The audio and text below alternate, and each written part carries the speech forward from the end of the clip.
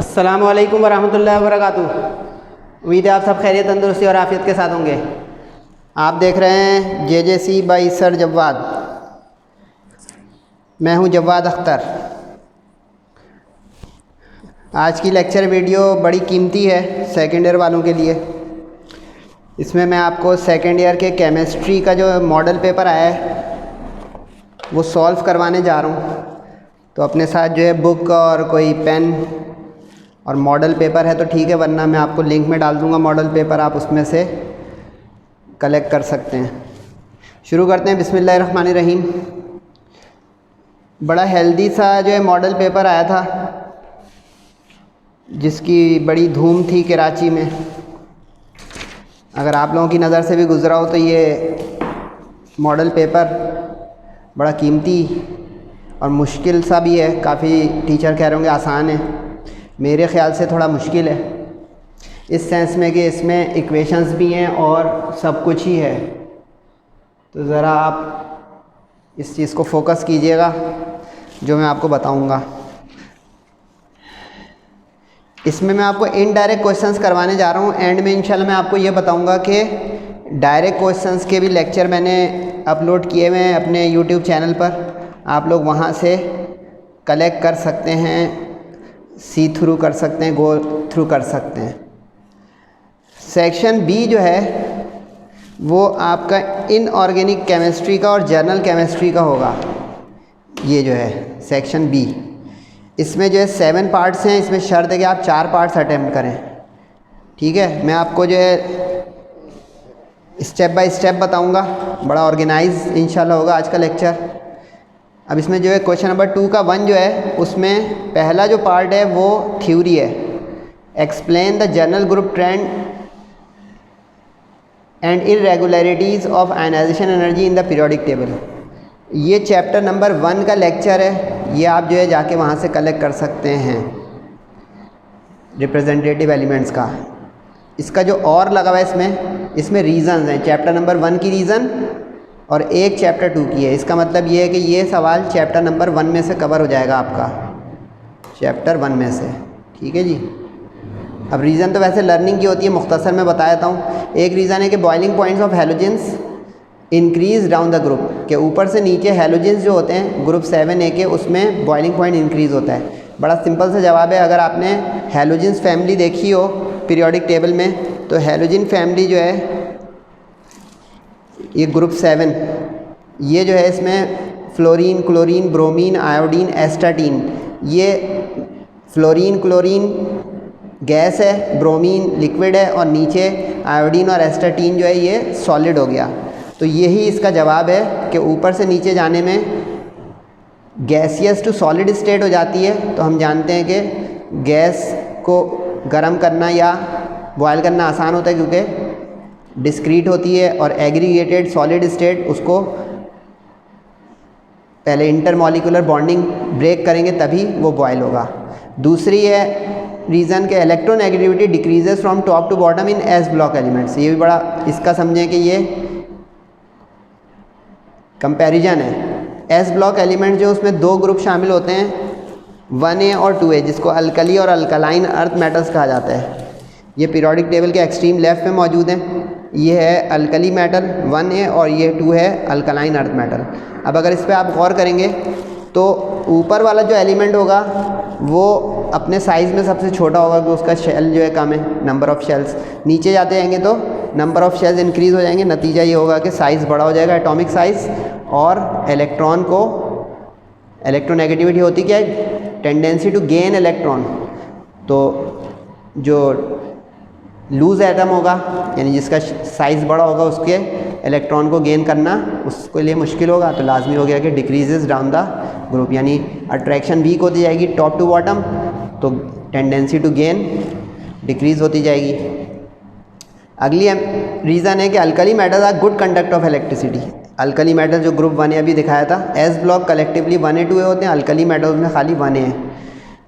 Good conductor of electricity, इसी में ही तकरीबन इसका जवाब चला गया, फिर भी बता देता हूँ। अल्कली मेटल्स जो उसके आखिरी शेल में 1 इलेक्ट्रॉन होगा, एक वैलेंस इलेक्ट्रॉन होगा क्योंकि वो ग्रुप 1A का है। तो अब हम जानते हैं, फिज़िक्स जिन लोगों ने पढ़ी हुई है सभी ने पढ़ी हुई है, फिज़िक्स सारे ग्रुप वालों को पढ़नी पड़ती है, pre engineering, pre medical, computer science के जो इलेक्ट्रॉन्स होते हैं उसके फ़्लो के ही ज़रिए करंट की कंडक्शन होती है।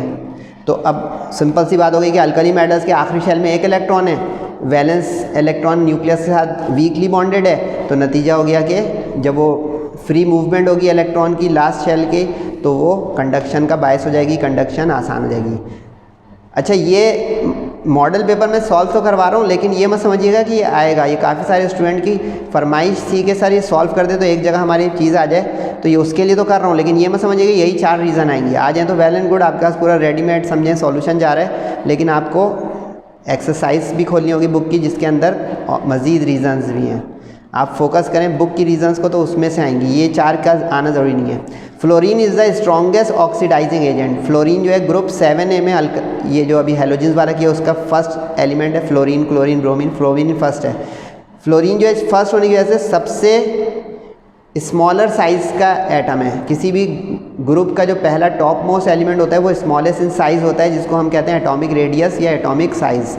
तो अब कॉमन सी बात हो गई कि जब वो स्मॉलेस्ट होगा तो उसकी वैलेंस शेल के साथ बॉन्डिंग स्ट्रॉन्गेस्ट होगी, तो इलेक्ट्रोनेगेटिविटी उसकी हाईएस्ट होगी। जब हाईएस्ट होगी तो उसकी tendency to gain electron highest हो जाएगी, और इसी टेंडेंसी को कोई भी एलिमेंट अगर शो करे तो वो हो जाता है ऑक्सीडाइजिंग एजेंट। जो लूज़ जल्दी करता है वो हो जाता है रिड्यूसिंग एजेंट। आमतौर पे जो मेटल्स होते हैं लेफ़्ट पे जो पीरियोडिक टेबल में वो रिड्यूसिंग एजेंट अच्छे हो जाएंगे, और राइट पे जो नॉन मेटल्स गैसेस वगैरह होती हैं वो ऑक्सीडाइजिंग एजेंट अच्छी हो जाएंगी। ये 4 तो चैप्टर नंबर 1 की रीज़न्स हैं, सही है। ये सिर्फ एक आखिरी जो रीज़न है ये चैप्टर नंबर 2 की है। इससे ये अंदाज़ा हो रहा है, और ऊपर लिखा हुआ है उसने कि एनी 4 चॉइस भी है, तो बोर्ड में तो शायद चॉइस ना है, लेकिन इससे ये अंदाज़ा हो रहा है कि चैप्टर 1 से कवर होगा question. Multidentate ligands are known as chelating agents. Chelates कहते हैं मल्टी डेंटेड लीजेंड्स को। इसकी वजह ये होती है कि ये जो कॉम्प्लेक्सेस बनाते हैं ट्रांजिशन मेटल्स, चैप्टर नंबर 2 में आपने पढ़ा होगा, इसका भी लेक्चर अवेलेबल है। तो ये जो होते हैं ना, इनके अंदर ये सलाहियत होती है। ये मैं आपको एक पेज नंबर 44 पे डायग्राम दिखा रहा हूँ, ये आप लोग खोल के देखिएगा। ये अगर आप इस निकल डाइमिथाइल ग्लाइकोसेमेट को देखें तो ये एक चिलेट है। ये क्यों चिलेट है, इसकी अगर शक्ल देखें तो आपको ये क्रैब्स क्लॉ, केकड़ा अगर आपने देखा हो उसकी टांगों की तरह लग रहा है कि इसके 8 टांगें हैं, या इस तरह इसका शक्ल जो आ रही है वो क्रैब्स क्लॉ की तरह की आ रही है। तो इस क्रैब्स क्लॉ को जो है ना कहा जाता है चिलेट, यानी उसका वर्ड के मीनिंग है। तो ये जितने ज़्यादा इलेक्ट्रॉन पेयर होंगे, यानी जितने ज़्यादा मल्टी डेंटेड होंगे, हेक्साडेंटेड वगैरह, जैसे ये अब ये हेक्साडेंटेड है निकल डाइमिथाइल ग्लाइकोसेमेट, तो इस वजह से ये चिलेट्स का काम करते हैं या चिलेटिंग एजेंट्स का काम करते हैं, क्योंकि इनकी शक्ल कह लें या इनके जो अटैचमेंट्स हैं उससे वो ज्योमेट्री आ जाती है। तो ये तो जो है चैप्टर 1 का क्वेश्चन एक कवर हो गया, ऊपर का थ्योरी का है। अच्छा, ये वाला मैं शायद समझाऊंगा नहीं, लेकिन आपको इसका लेक्चर पूरा चैप्टर 2 में थॉरो नहीं मिलेगा। अच्छा, ये बड़ा इंपॉर्टेंट सवाल है, लाजमी आना है ये बोर्ड पेपर में। इसको कहा जाता है कॉम्प्लेक्सेस की नेमिंग, कॉम्प्लेक्सेस की नेमिंग का सवाल। अब आप ये 2 का 4 देख रहे होंगे, सोच रहे होंगे कहाँ गया बाकी। 2 का 2 जो है डायगोनल रिलेशनशिप का सवाल, ये आपको मेरे वीडियो लेक्चर में मिल जाएगा। ये चैप्टर नंबर 1 के लास्ट लेक्चर में मिलेगा आपको, सही है, प्रोबेबली 5th लेक्चर है। इसके बाद जो है ट्रांजिशन मेटल फॉर्म एलॉयज़, ये चैप्टर 2 का है, यानी कि ये चैप्टर नंबर 1 के 2 पार्ट हो गए और ये चैप्टर 2 के 2 पार्ट हो गए। इससे आपको पेपर का पैटर्न, वैसे तो मैं एक अपलोड कर चुका हूँ ओवरव्यू वाली, आज आपके सामने मंजरनामा भी आ रहा है। ट्रांजिशन मेटल एलॉयज़ बनाते हैं, ये आपको चैप्टर 2 के लेक्चर में मिलेगा, लेक्चर नंबर 1 में ही मिल जाएगा, पहले में। ये देखिए मैं रेफरेंस भी दे रहा हूँ कि अगर आप मेरी आवाज़ सुन रहे हैं तो आप जाके क्लिक करके JJC के चैनल पे ये थ्योरी लेक्चर्स भी, यानी आपका पूरा मॉडल पेपर का सॉल्यूशन पहुँच रहा है। तो ये डायरेक्ट क्वेश्चन है, ये इनडायरेक्ट जो है ना, इसका लेक्चर जो है चैप्टर 2 के साथ है लेक्चर नंबर 3 में, ठीक है। मुख्तसर अभी बता सकता हूँ, ना समझाऊंगा तो ये वीडियो बहुत ही लंबी हो जाएगी। हम किसी टॉपिक पे फोकस करने लगे, हम मुझे जर्नल इस मॉडल पेपर को सॉल्व कराना है।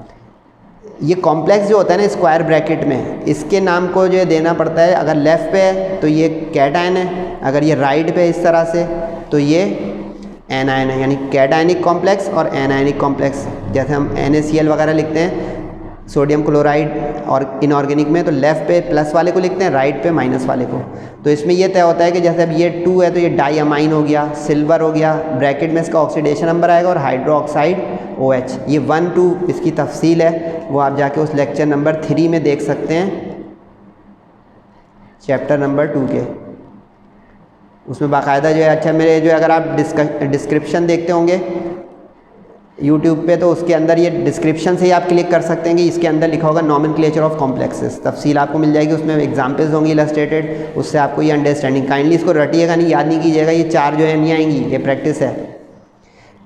इस तरह के आयन अगर हो, यानी प्रिंटेड अगर पावर में लिखा हो तो उसको हम आयन के तौर पे मेंशन करेंगे, लेकिन जिसके अंदर देखें ब्रैकेट पे कुछ लिखा हुआ नहीं है तो इसका अंदर न्यूट्रल स्पीशीज़ हो गई, तो इसलिए इसके आगे आयन का वर्ड नहीं आएगा। यानी इन 3 एग्जाम्पल को देखें, ये 3 जो है फर्स्ट, थर्ड और फोर्थ, इसमें आयन का लफ्ज़ क्यों नहीं लिखा हुआ है, इसलिए कि ये आयन्स नहीं है, जबकि ये इस तरह लिखा हो माइनस का या प्लस का, तो उसके नाम में एंड होगा आयन पे।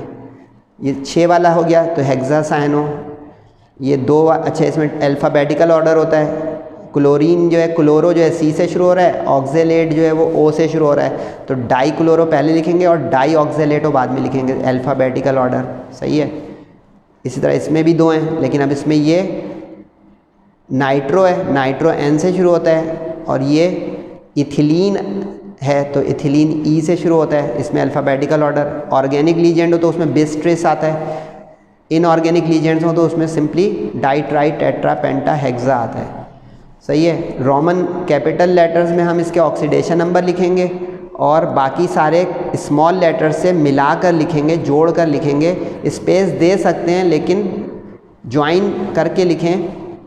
तो ये आपको सजेस्ट कर रहा है प्रोफेसर कि सारे नाम ज्वाइन हो, यानी यहाँ पे भी ये ज्वाइन है, ये सब मिले हुए लिखेंगे तो सबसे बेस्ट है, कंबाइन। तो इसकी तफसील है, ज़रा देखिएगा आप, लेकिन ये 4 मार्क्स बिल्कुल खरे हैं, मोस्ट इम्पॉर्टेंट है, हर वक्त आने हैं, इसको प्रैक्टिस कीजिएगा। इसके बाद जो 3 सवाल हैं इस सेक्शन बी के, वो थ्योरी के, लर्निंग के हैं, और ये तीनों तरतीब से आपके आखिर के जो 3 चैप्टर हैं उसमें से हैं, इसको कहा जाएगा जनरल केमिस्ट्री। ये चैप्टर नंबर 11 जिसमें से आ गया पेस्टिसाइड का इंडस्ट्रीज़ वाला, इंडस्ट्रियल केमिस्ट्री। चैप्टर नंबर 12 जिसका नाम था एनवायरमेंटल केमिस्ट्री, उसमें से ओजोन का आ गया, और NMR स्पेक्ट्रोस्कोपी चैप्टर नंबर 13 का नाम था स्पेक्ट्रोस्कोपी, उसमें आ गया। अब चैप्टर 11 12 इसके भी लेक्चर वीडियो हैं, उसमें आपको, इसमें तो 2 ही लेक्चर हैं। पेस्टिसाइड अगर फर्स्ट 5 इंडस्ट्रीज़ में है तो लेक्चर 1 में मिल जाएगा, नहीं तो लेक्चर 2 में। ओजोन जो है वो भी, अगर जो हमारी ओजोन डिप्लेशन उसका अगर सवाल first half of the chapter में तो लेक्चर 1 में मिल जाएगा। इसके 2 ही चैप्टर हैं, सही है। चैप्टर 13 मोर प्रोबेबली मैंने अपलोड नहीं किया, लेकिन बाकी सारा आपके पास है। इसके बाद जो सेक्शन बी का दूसरा हिस्सा होगा ये है ऑर्गेनिक केमिस्ट्री। अब ऑर्गेनिक केमिस्ट्री जो है ना, इसमें उन्होंने शर्त लगाई हुई है कि 5 पार्ट्स आपको ऑर्गेनिक से करने हैं, यानी 5 + 4 मिलकर टोटल 9 अटैम्प्ट करने हैं, ठीक है। तो इसमें जो पहला पार्ट है ये आपका जनाब चैप्टर नंबर 3 का है, सही है। लर्निंग का है, कोल और उसकी टाइप्स का, इसको आप याद कर सकते हैं। होमोलोगस सीरीज़, ये भी चैप्टर नंबर 3 में एक पार्ट इससे कवर हो गया। ये थ्योरी लेक्चर है, सही है। ये थ्योरी लेक्चर मैंने अपलोड किया हुआ नहीं है, लेकिन ये बुक में वर्ड टू वर्ड इसकी वर्डिंग है। नोट्स अगर आप यूज़ कर रहे हैं, क्योंकि इसमें समझाने का कुछ नहीं है, प्योर लर्निंग है। ऑर्बिटल स्ट्रक्चर, ये चैप्टर 5 आना शुरू हो गया, ये पूरा अपलोडेड है, आप जाके इसका ऑर्बिटल स्ट्रक्चर वाला इथीन इथाइन का लेक्चर दे सकते हैं। चैप्टर 5 एलिफैटिक वाला जो हिस्सा है उसमें से ये कवर हो रहा है, यानी जिसमें इथीन इथाइन होते हैं, ये आपको मिल जाएगा आपको लेक्चर में से मेरे। इसके बाद ये इक्वेशन वाला सवाल, IUPAC वाला सवाल, सही है, ये हम करने जा रहे हैं, यानी चैप्टर नंबर, अच्छा ये इक्वेशन का कवर कहाँ से होगा ये ज़रा मैं बता देता हूँ आपको। ये चैप्टर नंबर 5 से कवर होगा, चैप्टर नंबर 5 से कवर होगा ये। अब इक्वेशन समझाने का काम मैंने लेक्चर में किया हुआ है, यहाँ पे मैं आपको सॉल्यूशन दे रहा हूँ, ठीक है। इसमें लिखा है equation and right the names of the final products. एक चीज़ क्लियर कर दूं, आज के इस मॉडल पेपर के सॉल्यूशन में आपको कई सवाल इक्वेशंस के मिलेंगे। एक चीज़ बहुत क्लियर कर दूं शुरू में ही कि give equations means no wording, no description is required, only equation with proper names of reactants and proper names of products. जितने भी आपके पास इक्वेशन के ऐसे सवाल हों जिसमें लिखा हो गिव इक्वेशंस, तो you don't have to write wordings, okay. ये सब बातें लिखें ताकि आपको सिर्फ मॉडल पेपर के सॉल्यूशन के साथ कुछ मालूमात भी मिल जाए। 4 पार्ट हैं, 4 मार्क्स का, एक एक नंबर खरा। ये प्रेजेंटेशन अगर बोर्ड में कर दे तो क्या बात है, बस रेड पेन इस्तेमाल नहीं कीजिएगा वहाँ पे, या उसका शेड ब्लैक और ब्लू इस्तेमाल कीजिए। Ethyne is treated with hydrogen bromide. अगर आपको याद हो तो इसमें एक मार्कोनी-कोव्स रूल था। हेलोजन एसिड जो है इसको हाइड्रोजन ब्रोमाइड कहते हैं, ये हाइड्रोजन ब्रोमाइड है। अब इसकी आदत बना लीजिएगा कि जो मेन रिएक्टेंट हो और मेन प्रोडक्ट हो उसका नाम ज़रूर लिखें आप अपने इक्वेशन में। देखें, अब देखिए यहाँ पे मैंने इथाइन लिखा है, जो इंटरमीडिएट प्रोडक्ट बन रही है ब्रोमो इथीन वो लिखा है, डबल बॉन्ड वाला ईन होता है, ट्रिपल बॉन्ड वाला आइन होता है, अल्काइन और अल्कीन।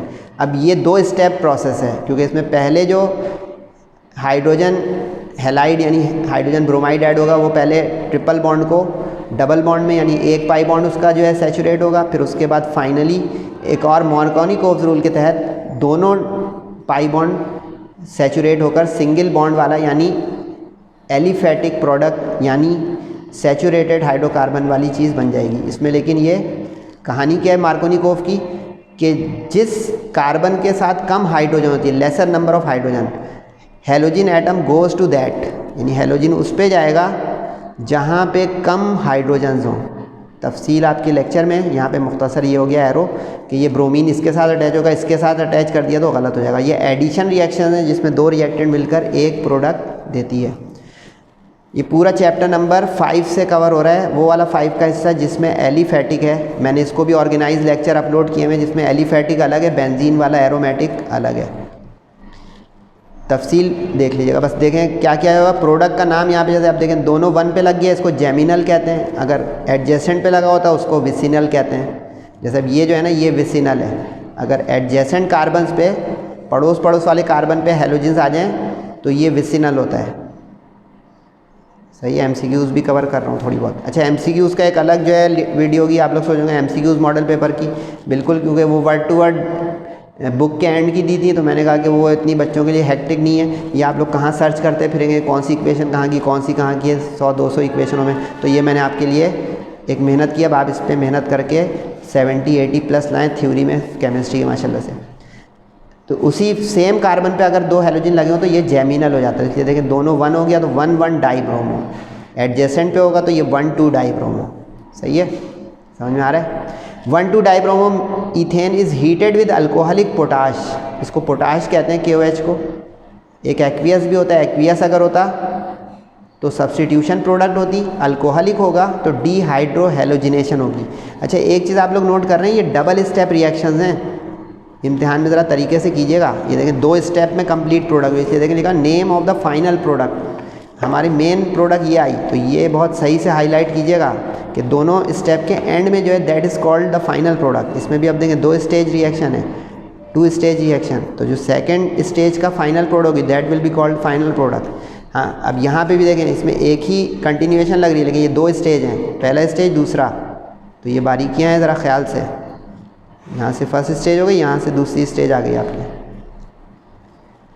अब अल्कोहलिक पोटाश क्या करता है? अल्कोहलिक पोटाश ये करता है कि वो वाटर के साथ यानी डिहाइड्रेशन हेलोजन भी ले जाता है एडजेसेंट कार्बन्स के ऊपर से। यानी एडजेसेंट कार्बन का मतलब है कि इसमें ये Br नज़र आ रहा है आपको, ये Br पोटेशियम को अपने साथ ले ले, ठीक है। और इस Br के जाने की वजह से हाइड्रोजन जो है वो भी चली जाए इसके पड़ोस वाले की, तो ये हो जाएगा वाटर के साथ, ये बन गया वाटर के साथ और ये बन गया पोटेशियम के साथ। तो इसको कहते हैं डीहाइड्रो हेलोजिनेशन, जिसमें एडजेसेंट कार्बन एटम पे से हेलोजन और वाटर मॉलिक्यूल एलिमिनेट हो जाएं, तो दिस इज़ एलिमिनेशन। इसकी तफसील वैसे चैप्टर नंबर 6 में मौजूद है, इस इक्वेशन की नहीं, पूरी इसकी मैकेनिज़्म के साथ, जिसको हम कहते थे E1 E2 reactions, elimination, beta elimination. फिर यही अमल दोबारा करवाएं कि जो अच्छा ये जो स्ट्रक्चर होता है इसको विनाइल कहते हैं। विनाइल कहते हैं जिसमें 2 कार्बन एटम के साथ डबल बॉन्ड हो और एक पे 2 हाइड्रोजन हो और एक पे 1 हाइड्रोजन हो, दैट इज़ कॉल्ड विनाइल। यानी ये स्ट्रक्चर कभी आपको दिख जाएगा CH2 double bond CH dash, that is vinyl. अब इसके बाद जो भी चीज़ आ जाएगी वो विनाइल के नाम में आ जाएगी। जैसे विनाइल के साथ Br लगा हो तो विनाइल ब्रोमाइड, OH लगा होता है तो विनाइल अल्कोहल, Cl लगा तो विनाइल क्लोराइड। तो जितना मैं बता सकता हूँ इतने कम लिमिटेड टाइम में बता रहा हूँ, वरना तफसील सारी आपके पास लेक्चर में है, उसको आप अवेल करेंगे तो आपको बिल्कुल कंप्लीट के सिर्फ रटना नहीं है, समझना है, प्लस सब कुछ है तफसील। अब इस विनाइल ब्रोमाइड का अल्कोहलिक पोटाश से आप करें तो अब इसमें देखिए डबल बॉन्ड ट्रिपल बॉन्ड में कन्वर्ट हो गया, यानी इसमें जो है क्या हो रहा है, सेचुरेशन से अनसेचुरेशन की तरफ जा रहे हैं। इसमें क्या हो रहा है, अनसेचुरेशन से सेचुरेशन। अनसेचुरेशन का मतलब जिसमें पाई बॉन्ड सिस्टम होता है, सेचुरेशन जिसके अंदर सारे सिग्मा बॉन्ड होते हैं। तो इसमें देखिए रिवर्स हो रहा है, सेचुरेशन से अनसेचुरेशन की तरफ चला गया, डबल बॉन्ड से होते हुए ट्रिपल बॉन्ड यानी पाई बॉन्ड आ गया उसमें। उसूल वही रहा कि इसके अंदर हेलोजन जाए और साथ में बोलिए वाटर जाए, यानी ये वाटर गया इसके साथ और हेलोजन गया इसके साथ, के के साथ, KBr। मेन प्रोडक्ट का नाम और मेन रिएक्टेंट का नाम लिखना आदत बना लीजिएगा। इथीन इज ओजोनलाइज्ड, ये बड़ा मशहूर रिएक्शन है, इंपॉर्टेंट है। ओजोन के साथ किसी रिएक्शन को ओजोनलाइसिस कहते हैं। तो इसमें ओजोन जो है इथीन के साथ पहले इंटरमीडिएट ओजोनाइड बनाएगी। इसमें ये होता है कि ओजोन जो है वो अपनी लेयर सराउंड कर लेती है इथीन के साथ और उसका पाई बॉन्ड सिस्टम ख़राब कर देते हैं। O3 जो है देखिए इसके साथ मकड़ी के जाली की तरह आगे अटैच हो गया, दैट इज़ ओजोनलाइसिस, एडिशन हो गई, यानी ऑक्सीडेशन है with allotrope of oxygen called ozone. ये जो है इंटरमीडिएट प्रोडक्ट है। इंटरमीडिएट प्रोडक्ट वो होती है जो अनस्टेबल हो। अब ये जो है फर्दर जिंक के साथ हीट करने पर एक स्टेबल प्रोडक्ट देगी जो होगी फॉर्मएल्डिहाइड। अब इसमें 2 इसलिए आया कि आप नोट कर रहे होंगे CH2 2 दफ़ा था, तो अब यहाँ पे जो CH2 आया एक मरतबा, क्योंकि फॉर्मएल्डिहाइड का स्ट्रक्चर ये है HCHO, दैट इज़ कॉल्ड फॉर्मएल्डिहाइड, तो इसलिए इसका ट्वाइस आ गया। और इसकी वजह से पानी कह रहा हूँ, जिंक जो है, जिंक अपने साथ एक ऑक्सीजन को ले जाएगा। ये देखिए ये 2 ऑक्सीजन तो ये आ गए, तो ये 2 ऑक्सीजन, जिंक जो है वो एक ऑक्सीजन को कैप्चर कर लेगा, तो नतीजा जिंक ऑक्साइड, यानी ये सब्सटीट्यूशन, पहले एडिशन ऑफ ओजोन देन समझे रिडक्शन हो रही है, क्योंकि जिंक ने उस ओजोनाइड को रिड्यूस करके उसमें से ऑक्सीजन अपने साथ ले ली। चौथी और आखिरी इक्वेशन इस सवाल की थी, 4 नंबर की 4 है। Ethyne is treated with H2O, इसको हाइड्रेशन कहते हैं, हाइड्रेशन जिसमें पानी ऐड हो जाता है, ये भी एडिशन रिएक्शन की, किसी में वाटर इज़ एडेड। अब ये तो बड़ा आसान रिएक्शन है, इसमें ये वाटर का H और OH एडजेसेंट कार्बन के साथ आप रिएक्ट करवा दें, तो ये देखिए यहाँ पे नज़र आ रहा होगा, एक H बढ़ गई CH2 और ये एक OH इसके साथ आ गया। नतीजा क्या हुआ, ट्रिपल बॉन्ड से डबल बॉन्ड हो गया इन द प्रेजेंस ऑफ। अच्छे ये कंडीशंस जो हैं बहुत कीमती हैं, अगर एरो पे आपने कंडीशन नहीं लिखी ऑर्गेनिक में तो make it very sure you will get a 0। Sorry, ये जिंक नहीं लिखा 100, अल्कोहलिक नहीं लिखा, मार्कोनी कोफ रूल नहीं लिखा, ये कंडीशंस हैं बहुत ज़रूरी। अब इसमें ये सल्फ्यूरिक एसिड और मर्क्यूरिक सल्फेट के साथ रिएक्शन में ये चीज़ बनती है हाइड्रेशन की, क्योंकि फ्यू ड्रॉप्स ऑफ एसिड यानी एसिडिक मीडियम में ये रिएक्शन हो रहा है हीट करके, यानी गर्म पानी हो, नॉर्मल ना हो। तो अब इसमें ये पहले विनाइल, जैसे भी देखें पीछे बताया था, विनाइल द्वारा आ गया ना, CH2CH डबल बॉन्ड के साथ, that is vinyl. Vinyl alcohol जो कि अनस्टेबल इंटरमीडिएट है, इसने अपने आप को मॉलिक्यूलर रीअरेंज किया। मॉलिक्यूलर रीअरेंजमेंट ये होती है कि इसका ये बॉन्ड जो है वो स्विच होकर अपने आप को एडजस्ट करें स्टेबिलिटी की तरफ। यानी इसमें ये हुआ कि ये ऑक्सीजन जो है इसने अपने आप के साथ डबल बॉन्ड ले लिया, यानी पाई बॉन्ड, देख रहे हैं ये डबल बॉन्ड यहाँ मूव कर गया, ये मॉलिक्यूलर रीअरेंजमेंट है। और इसके नतीजे में क्या हुआ, खुद समझदार लोग बोले, ये H जो है वो मूव कर गया इधर, ये CH आ गया और O इसके साथ डबल बॉन्ड बना गया। समझ में आई कुछ कहानी। और ये एक H जो इधर गया वो CH3 हो गया। ये अरेंजमेंट हो रही है, यानी O ने इसको लिया तो H ने दूसरे कार्बन को ले लिया, that is called acid aldehyde. 2 carbon वाला CHO हो तो ये एसिड एल्डिहाइड होता है। पीछे जो है वो अगर एक H वाला होगा तो फॉर्मएल्डिहाइड होगा। HCHO formaldehyde, first member of aldehyde, chapter number 8 भी देखिएगा, उसमें एल्डिहाइड की तफसील है।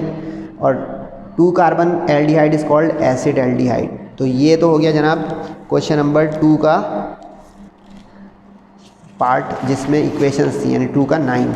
अच्छा 2 के 9 में और लगा हुआ है ऑर्बिटल स्ट्रक्चर के साथ, तो मुमकिन है बोर्ड में भी और लग जाए, लेकिन मैं प्रेफर करूँगा कि आप लोग इक्वेशन वाला सवाल करें, मार्क्स गेनिंग है। अच्छा ये जो सवाल आ रहे हैं ये भी जैसे सेक्शन बी में एक पक्का सवाल है, ये लाजमी आना है IUPAC का, ये चैप्टर 4 से कवर हो रहा है, लेकिन मैंने इसको तरतीब से ऑर्गेनाइज वे में चैप्टर बाय चैप्टर करवाया। यानी कि अब जैसे ये पहला जो है ये आपको नज़र आ रहा हो CO। अब ये CO जो है ये कीटोन होता है। अब कीटोन जो है इसका मैंने जो है चैप्टर नंबर 8 में लेक्चर दिया होगा, सही है, जाके देखिएगा। अब ये O वाला जो ये ईथर है, ईथर का मैंने जो है चैप्टर नंबर 6 में लेक्चर दिया होगा। और फिर उसमें ये पूरा लेक्चर होगा, आपको डिस्क्रिप्शन में मिल जाएगा वीडियो की कि nomenclature of ketone, nomenclature of ether, तो आपको इसकी अंडरस्टैंडिंग वहाँ से मिल जाएगी। यहाँ मुख्तसर बता रहा हूँ। जैसे अब ये C2H5 ट्वाइस है, पहले हम इसको ओपन अप करेंगे। ओपन जब करेंगे तो देखेंगे ये मज़ीद C2H5 ओपन हो सकता है, CH2 CH3, ताकि लॉन्गेस्ट चेन आए आपके पास। ये रूल होता है कि to select the longest chain. तो देखें ये स्ट्रक्चर कॉम्पैक्ट है, रिड्यूस है, इसको हमें ओपन अप करना है ताकि लॉन्गेस्ट चेन विजिबल हो। विजिबल हो जाएगी तो फिर उसके बाद उसमें नंबरिंग होती है। नंबरिंग इस तरह करते हैं कि जहाँ करीब तरीन आपका फंक्शनल ग्रुप आ जाएगा वो हमारा हो जाएगा 1। तो अब देखें यहाँ से 1 हो गया तो ये 3 पे ऑन आ गया, तो 3 टोटल जो है इसमें थे 4 5 6 कार्बन्स, तो 6 वाला हेक्सानॉन, सही है। 2 पे ये CH3 मिथाइल है। तरतीब वैसे ये तफसीली है लेकिन मैंने हल्का सा बता दिया। अब इसी तरह CH3 को 2 दफ़ा खोलें तो ये ब्रांच में चला जाएगा। CH3 कभी भी चेन के अंदर नहीं आ सकता है, इसको सही से नोट रखिएगा। अब O वाला ईथर होता है। ईथर का तरीका बताऊँ, ईथर जो है ना, ईथर में जो O करके आ जाएगा वो अल्कोक्सी हो जाएगा। जैसे ये आ जाएगा ना अगर, तो ये अल्कोक्सी हो जाएगा। जैसे अब CH3 के साथ आ जाए तो मिथॉक्सी, C2H5 के साथ आ जाए तो इथॉक्सी एंड सो ऑन। तो अब यहाँ पे नज़र आ रहा होगा ये O के साथ 2 वाला कार्बन चला गया तो ये इथॉक्सी हो गया। ये देखें इथॉक्सी, सही है। और ये जो C2H5 था इसको खोला मज़ीद, जैसे ऊपर बताया तो ओपन अप करें, तो अब ये जो स्ट्रक्चर है ये हो गया आपका लॉन्गेस्ट चेन के साथ 1 2 3 4, ये बन गई ब्रांच। यानी आपका जो है चेन बनी यहाँ से, समझे, ये चेन बनी, ये ब्रांच बनी। तो 1 2 पे आ गया इथॉक्सी, 2 पे ही आ गया मिथाइल। इसमें तरतीब याद रखिएगा, अल्कोक्सी पहले लिखना है फिर अल्काइल लिखना है। तो अल्कोक्सी 2 पे, अल्काइल 2 पे, और 4 वाला क्या होता है ब्यूटेन, यानी अल्कोक्सी अल्केन ईथर की IUPAC नेमिंग का तरीका है। ठीक है जनाब। इसके बाद 2 हो गए, 2 रह गए, 4 नंबर के 4 सवाल है ना।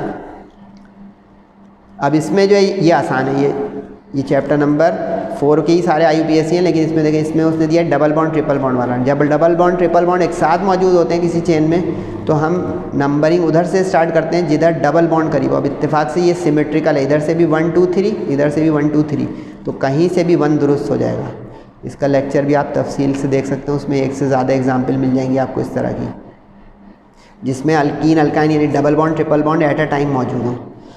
सही है। तो ये 1 पे एक आ गया, एक 5 पे आ गया, तो ये डाई इन, क्योंकि 2 डबल बॉन्ड डाई इन, पेरेंट नाम आएगा हमेशा इन के साथ, और अल्काइन वाला जो है सिर्फ YNE आएगा। पूरा पेरेंट नेम अल्कीन के साथ लिखना है, अल्काइन के साथ सिर्फ YNE लिखना है। 3rd पोजीशन पे ट्रिपल बॉन्ड था तो 3 आ गया। COOH ये होता है कार्बोक्सिलिक एसिड। इसकी आपको जो है तफसीली वीडियो मिलेगी चैप्टर नंबर 9 के साथ के नॉमेनक्लेचर ऑफ कार्बोक्सिलिक एसिड। यहाँ पे मुख्तसर ये है कि डबल बॉन्ड आ रहा है, COOH हमेशा 1 होगा क्योंकि सबसे बड़ा फंक्शनल ग्रुप है। तो ये हो गया आपका 2 के बाद 3 पे डबल बॉन्ड है तो ये 3 टोटल वाला 5 पेंटीन, 3 पेंटीन और 1 ओइक एसिड। इसमें भी इसी तरह से कि पेरेंट नाम आप पीछे लिखेंगे और फाइनल ओइक एसिड लिखेंगे, जो इस बात का सबूत होगा कि ये कार्बोक्सिलिक एसिड का स्ट्रक्चर है। इसमें ख्याल रखिएगा कि पेंटीन का ई मत लिख दीजिएगा, ई को रिमूव करेंगे और फिर हम लिखेंगे, क्योंकि पेंटीन लिख दिया तो इसका मतलब है सिर्फ अल्कीन है। ई हट के ओइक एसिड आया, इसका मतलब है कि 1 hydrogen is replace by carboxylic group. Okay. उसके बाद जो 2 का 11 है वो थ्योरी है। 2 का 11 जो है वो थ्योरी है, और ये थ्योरी जो है ये तो हमने करा दिया। चैप्टर नंबर बेंजीन में से आ गया ये, यानी चैप्टर नंबर 5 का दूसरा हिस्सा। आपको ये पेपर का पैटर्न भी पता चल रहा जा रहा है, यानी स्कीम बना चल रही है क्वेश्चंस की, कौन से चैप्टर किधर जाएंगे। ये सेक्शन बी में जा रहा है, चैप्टर नंबर 5 और 5, सही है। ग्रिग्नार्ड एजेंट का भी नंबर पहले ही बता दूं ताकि फिर मैं समझाता रहूँ। ये चैप्टर नंबर 6 है ग्रिग्नार्ड एजेंट, सही है जनाब। उसके बाद अमाइंस भी है चैप्टर नंबर 6 के 2 पार्ट हैं, 5 के 2 पार्ट। इसका मतलब लॉन्ग में ये दोनों चैप्टर नहीं जाएंगे। बेंजीन जाएगा चैप्टर 5 का जो दूसरा हिस्सा है। इथीन इथाइन नहीं जाएगा चैप्टर नंबर 5 का लॉन्ग में। डेरिवेटिव ऑफ कार्बोक्सिलिक एसिड, ये हो गया चैप्टर नंबर 9। तो ये आपको अंदाज़ा हो गया कि चैप्टर नंबर 7 सी सेक्शन में जाएगा, चैप्टर नंबर 8 सी सेक्शन में जाएगा और चैप्टर 5 का बेंजीन सी सेक्शन में जाएगा। ओके, इधर तो 1 2 ही है, तो 1 2 जाएगा सी में, और चैप्टर 12 जो है ना, चैप्टर 12 जो कि किसका था, एनवायरमेंटल केमिस्ट्री का, वो जाएगा एक लॉन्ग में। सब कुछ सामने आ गया, अब जल्दी जल्दी करें। रोज़े भी चल रहे हैं, उसकी बरकतों का फ़ायदा उठाएं और इस लेक्चर को भी फ़ायदे में उठाएं और नेकियां भी करें, इबादतें भी करें। What is Grignard agent? Theory तो वहाँ से उठा लीजिएगा चैप्टर नंबर 6 में से। वैसे ज़बानी बता दूं कि alkyl magnesium halide organometallic compound is called Grignard agent. 3 number का जो है सवाल इक्वेशन का है, 1 सवाल नंबर जुड़ा थ्योरी का। मिक्स सवाल जो होंगे ना उसमें मार्क्स डिस्ट्रीब्यूशन याद रखिएगा, ये 1 मार्क्स का है और ये 3, 1 + 3 is 4 marks. Section B, each part carries 4 marks. Water के साथ, कार्बन डाइऑक्साइड के साथ और मिथाइल अमाइन के साथ रिएक्शन कर दें ग्रिग्नार्ड रिएजेंट का। तो ग्रिग्नार्ड रिएजेंट याद है, ये है। अच्छा, इसके सारे रिएक्शन जो हैं वो क्या हैं? Nucleophilic substitution. न्यूक्लियोफिलिक सब्स्टिट्यूशन ये होती है बेटा कि इसमें माइनस जो है वो प्लस को ले लेता है, इसको न्यूक्लियोफिलिक अटैक कहते हैं, और बाकी डिस्प्लेस हो जाता है दूसरा। अब देखिए इसमें CH3 ने H को पकड़ लिया वाटर के, ये देखें H2O नहीं लिखिएगा, HOH लिखिएगा ताकि इसका प्लस माइनस पार्ट क्लियर हो, न्यूक्लियोफिलिक पार्ट और इलेक्ट्रोफिलिक पार्ट। अब ये देखें CH4 हो गया, और जो बाकी बचा MgBr का बॉन्ड कभी नहीं टूटेगा, वो जहाँ जाएगा साथ जाएगा क्योंकि इट इज़ इसेंशियली आयनिक। तो ये जो है OH के साथ चला गया। मेन प्रोडक्ट का नाम लिखना आदत बना लें, मीथेन यहाँ, और यहाँ मिथाइल मैग्नीशियम ब्रोमाइड यानी Grignard reagent, methyl magnesium bromide. इसका ऑप्शनल है, नाम लिखे ना लिखे, मैग्नीशियम हाइड्रोक्सी ब्रोमाइड, लेकिन मीथेन ज़रूर लिखेंगे और मिथाइल मैग्नीशियम ब्रोमाइड ज़रूर लिखेंगे। इसको कहेंगे हम कि इक्वेशन के 1 नंबर उस वक्त मिलेगा जब आप कंडीशन, जैसे अब यहाँ पे एसिडिक मीडियम है यानी water having few drops of acid. Side products के और रिएक्टेंट के नाम लिखना ऑप्शनल होता है, जिसको बाई प्रोडक्ट भी कुछ लोग कहते हैं, ये बाई प्रोडक्ट है। Main product is methane.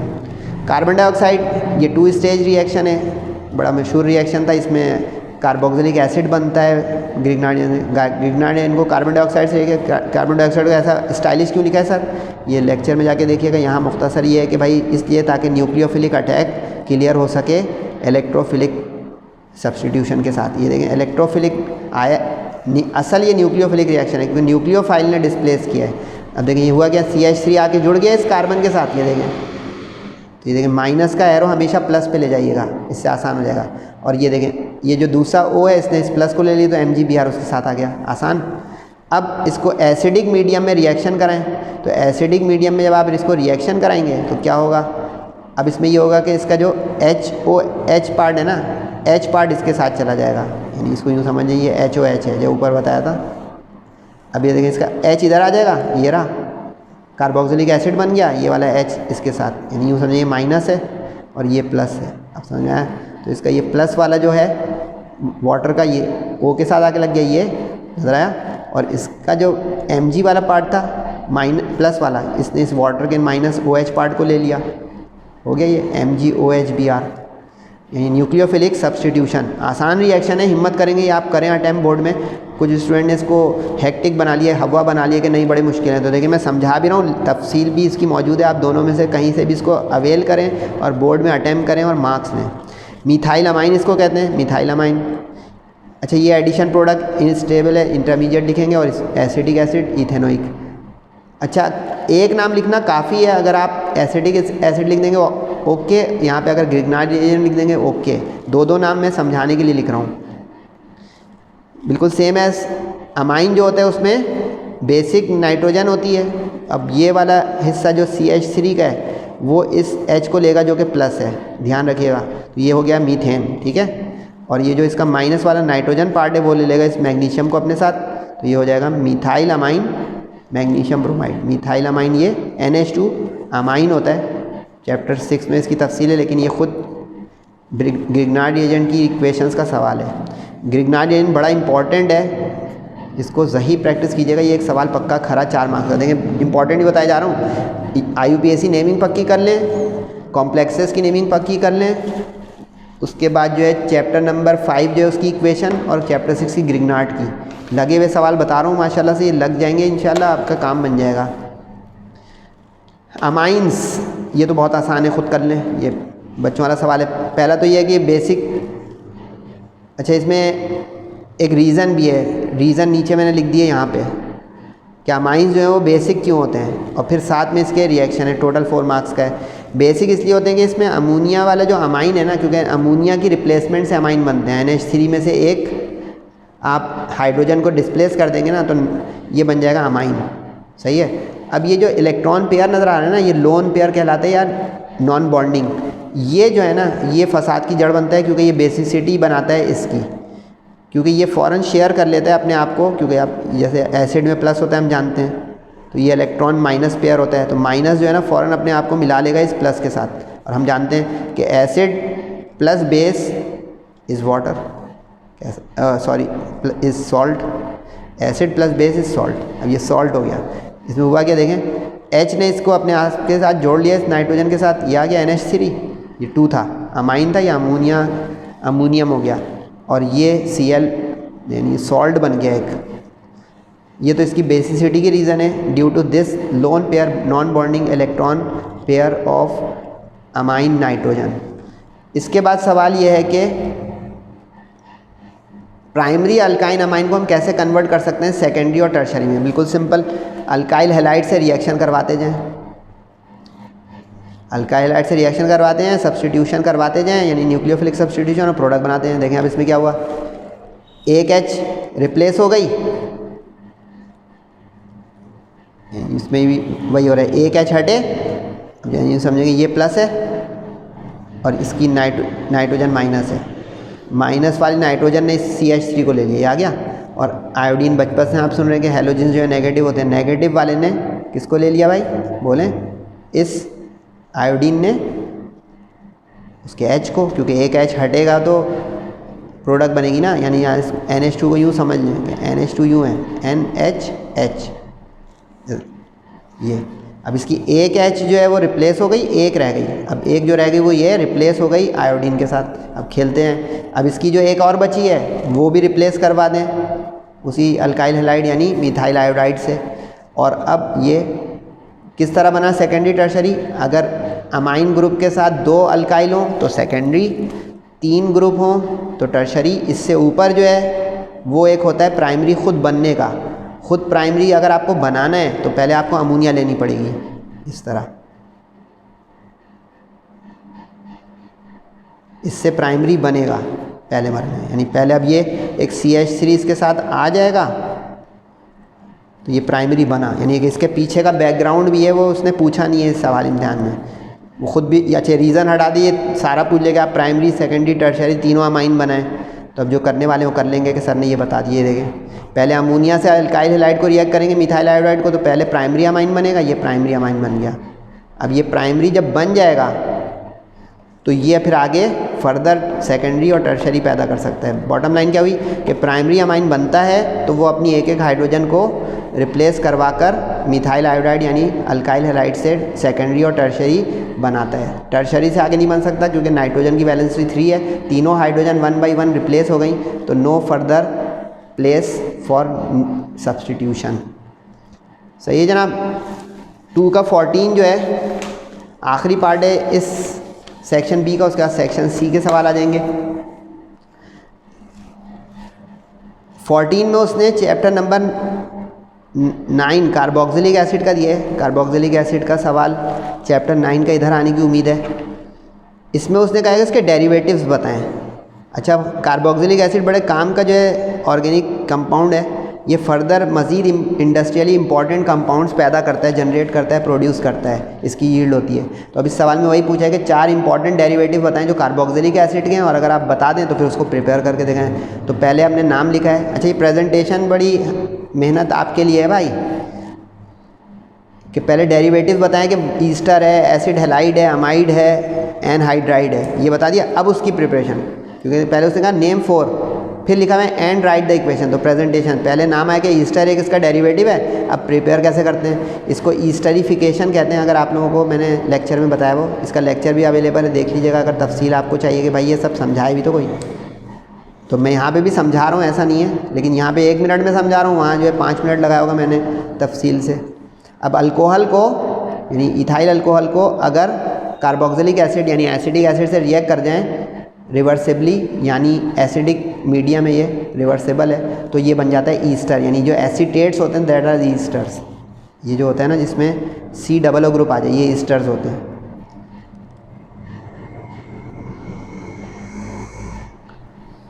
अब जैसे इसमें ये वाला जो C2H5 नज़र आ रहा है आपको, आगे नज़र, वेरी गुड।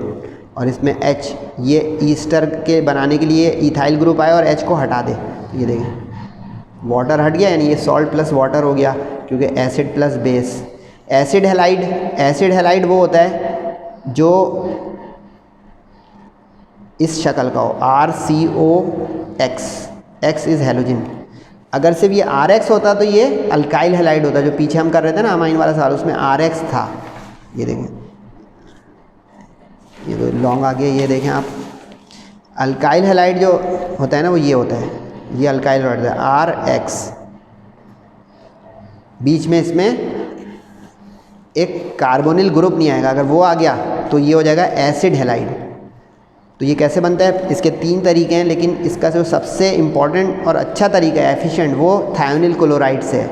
अच्छा, इसके एरो पे पायरिडीन लिखना ऑप्शनल है, लिख दें तो भी सही है, नहीं लिख दें तो भी सही है, पायरिडीन, क्योंकि थायोनिल क्लोराइड को पायरिडीन सॉल्वेंट जो है फेवर देता है।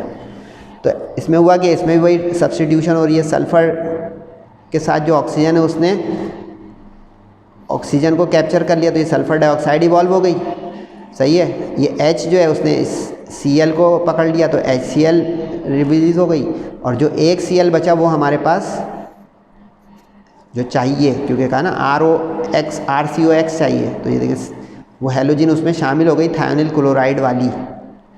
Okay, amides. अच्छा, अमाइन में और अमाइड में क्या फ़र्क है, ये अगर शक्ल हो जाए तो ये अमाइड्स होंगे, R के साथ CO आके एक NH2 आ जाए, ये अमाइड्स हैं, ठीक है जी।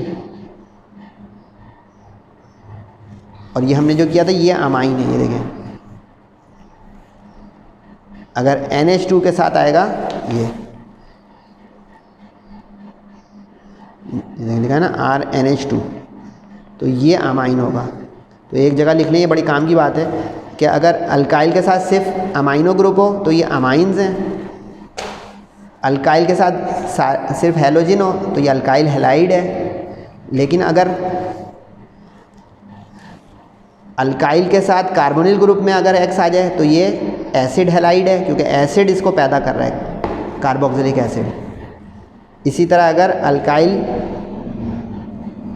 अमाइन में CO भी आ जाए यानी कार्बोनिल ग्रुप, तो ये अमाइड है, अमाइन नहीं है, क्योंकि ये एसिड ने बनाया है, ठीक है।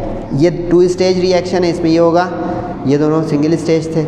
इसमें पहले अमोनिया जो है वो अमोनियम सॉल्ट बनाएगा, क्योंकि एक साथ जो है अमोनिया रिएक्शन में रिप्लेस नहीं करेगी अपनी हाइड्रोजन, पहले एक हाइड्रोजन इसका ये जो है पॉजिटिव, ये इसके साथ चला जाएगा, तो ये नतीजा देखें NH4 हो गया, ये अमोनियम सॉल्ट कहलाता है, क्योंकि NH4 अमोनियम हो गया, अमोनियम सॉल्ट। अब इसकी हीटिंग करेंगे ना तो ये अपने वाटर को रिलीज़ कर देगा, यानी इस H में से 2 H निकाल देगा और एक इस ऑक्सीजन को लेके चला जाएगा, क्योंकि देखें हमें COO के बजाय CO चाहिए। तो ये रास्ता बना कि पहले कार्बोक्सिलिक एसिड ने अपने एक एक्टिव हाइड्रोजन यानी कि प्रोटॉनिक हाइड्रोजन को अमोनियम सॉल्ट बनाने में काम किया, और फिर इसने अपने ऑक्सीजन को निकालने के लिए वाटर बना दिया, और साथ में अमाइड बन गया जो हमारी रिक्वायरमेंट थी।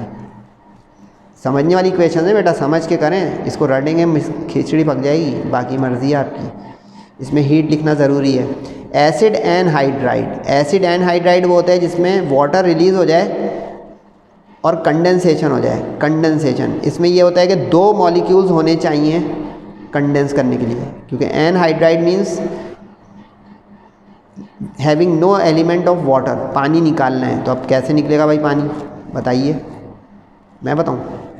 ये देखें 1 मॉलिक्यूल ऑफ कार्बोक्सिलिक एसिड है, सीधा लिखा हुआ है, ये उल्टा लिखा हुआ है, सीधा उल्टा होता नहीं, समझाने के लिए करीब करीब लिख दिया इसलिए कि अब आपको समझ में आए कि क्या करने जा रहे हैं। ये जो है ना कंडेंस होके वाटर एलिमिनेट कर दें, यानी हीट करेंगे फॉस्फोरस पेंटा ऑक्साइड की मदद में। ये बहुत कंडीशन अहम है, फॉस्फोरस पेंटा ऑक्साइड, ये कंडीशन ज़रूरी है।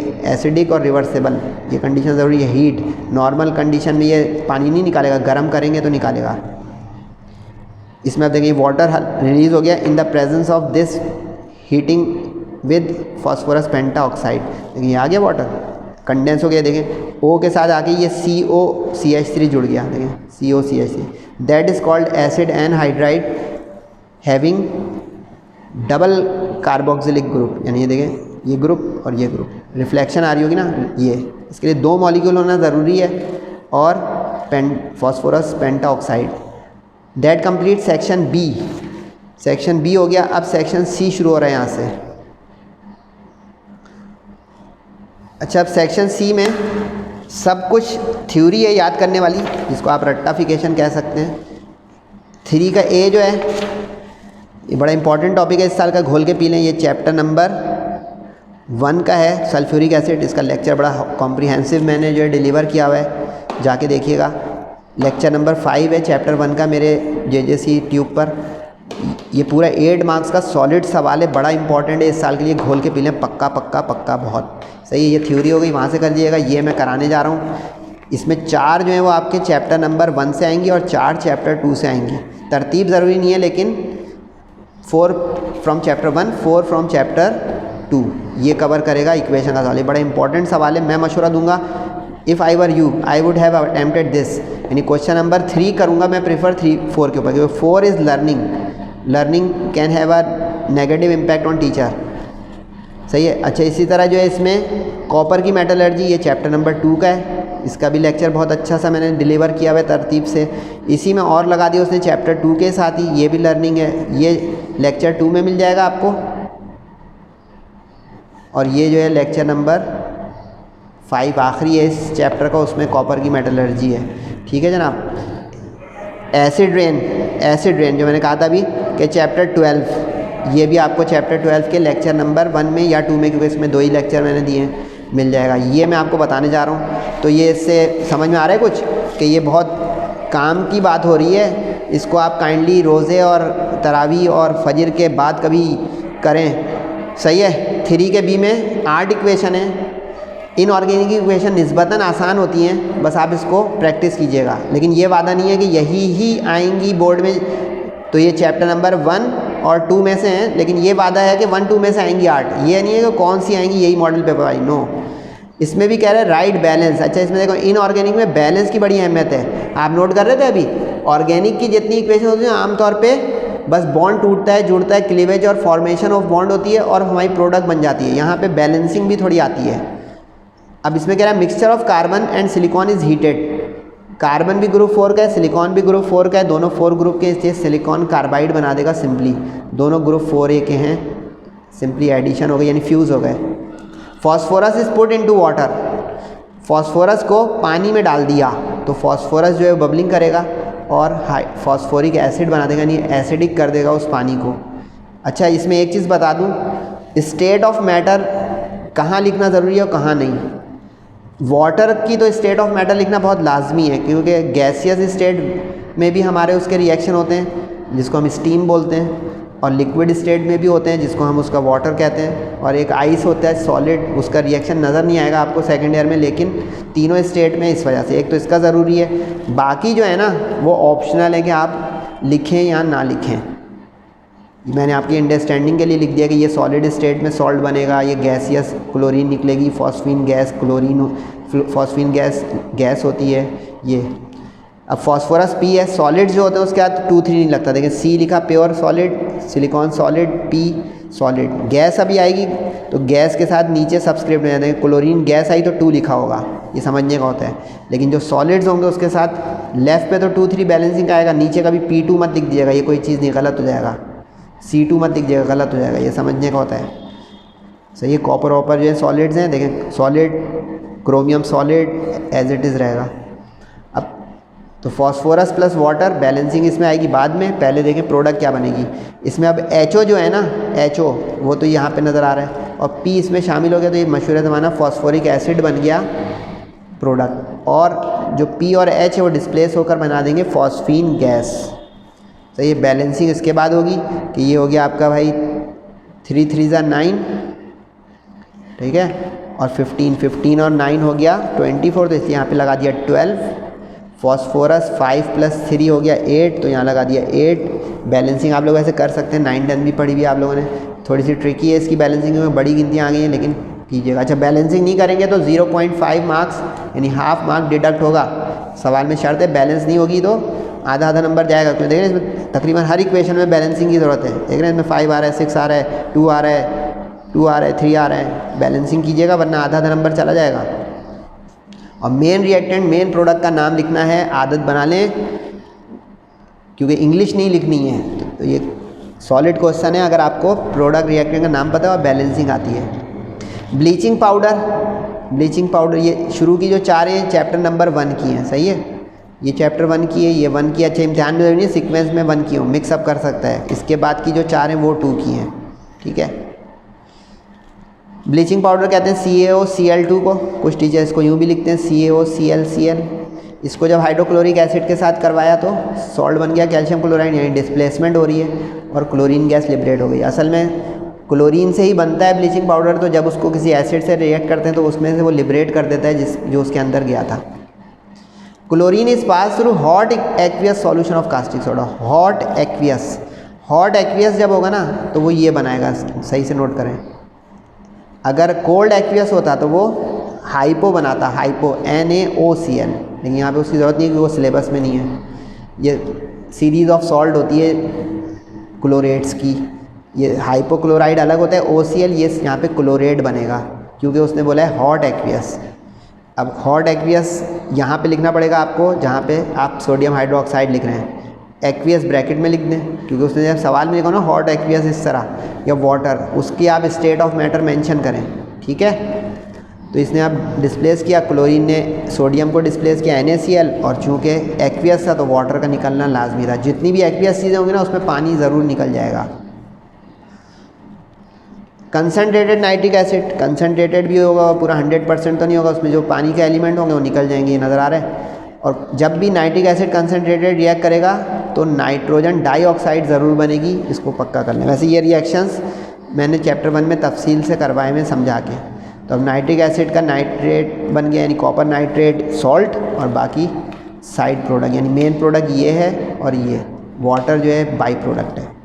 क्रोमियम Cr होता है, क्रोमियम को पुट करते हैं डाइल्यूट हाइड्रोक्लोराइड। डाइल्यूट जब होगा ना तो वाटर नहीं निकलेगा, डाइल्यूट है तो देखिए हाइड्रोजन गैस लिबरेट होगी। कंसनट्रेटेड होगा तो वाटर इवॉल्व होगा।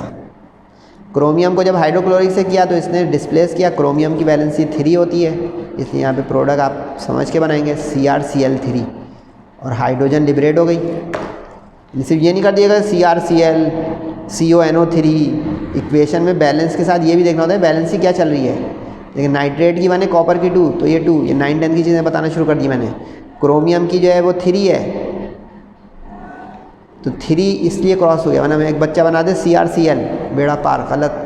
बहुत एहतियात रखें, ये सिर्फ ये नहीं है मिलाना है। यहाँ पे देखो CaCl2 क्यों बना, CaCl क्यों नहीं बना, इसलिए भाई कि इसकी 2 है वैलेंसी, इसकी 1 है, तो क्रॉस होगी ना 2 उसके लेग में, समझे बात।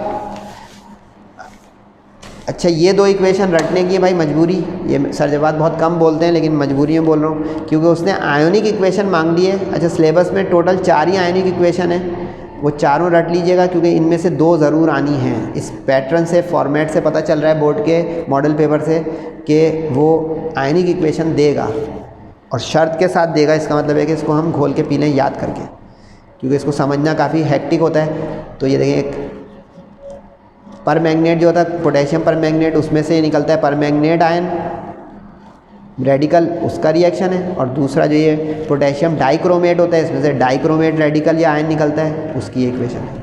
तो आयनिक में ये आयन्स दिखाना ज़रूरी होगा, माइनस प्लस के आयरन +2 है वो ऑक्सीडाइज हो गया, यानी ये ऑक्सीडाइज हो गया, ऑक्सीडाइज होके जो है ऑक्सीडाइज होके चार्ज बढ़ जाता है और रिड्यूस होके कम हो जाता है।